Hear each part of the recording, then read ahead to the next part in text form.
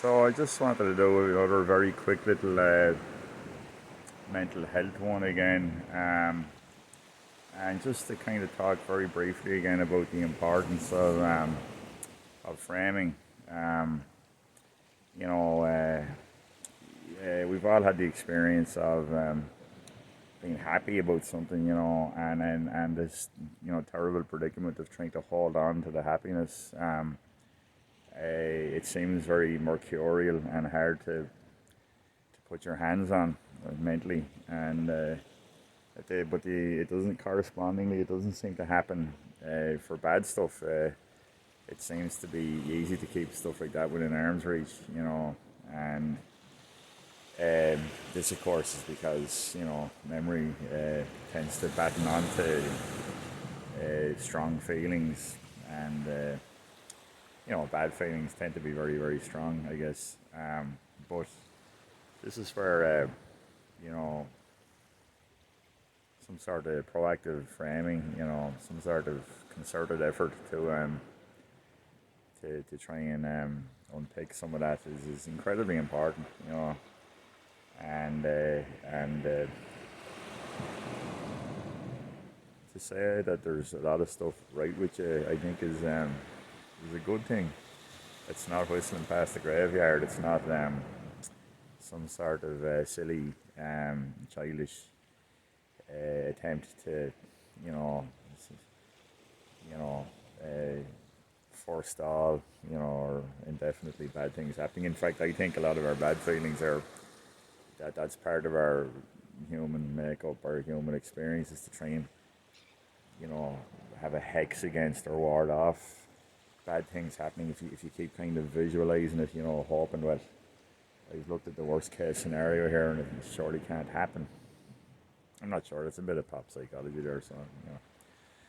Anyway, the background this evening is very deliberately picked. It's a flat, calm sea, very pleasant. My understanding about dream analysis is that the sea occurs as an element of dreams because it represents your mind, and that may well be the case. I like the flat, calm here when in terms of talking about how we feel, because like, we're well aware of the depths and the shallows potentially existing out there.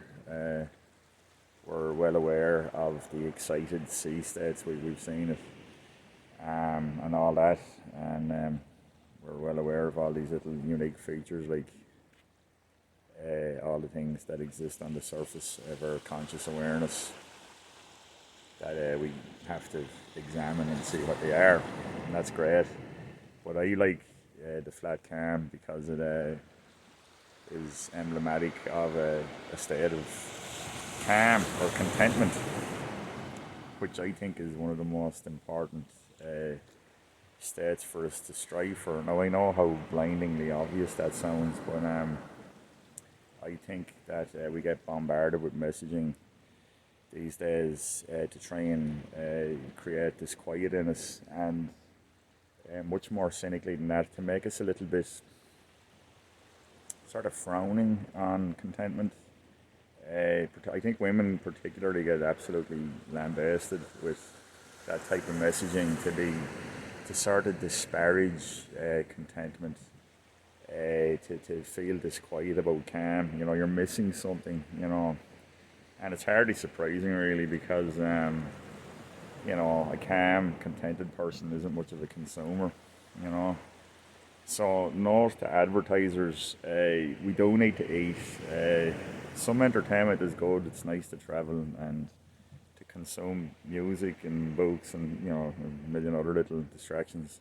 So don't, calm down. We don't need to be lambasted with messaging to tell us that there's a better life just around the corner, or the grass is greener on the other side, or to try and create a sort of an empty, desperate feeling within people that they need to fill with stuff.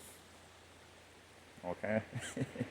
So anyway, actually that seems a bit louder than I was expecting there, so I'm not sure if you can even hear me here, but okay, thanks for listening.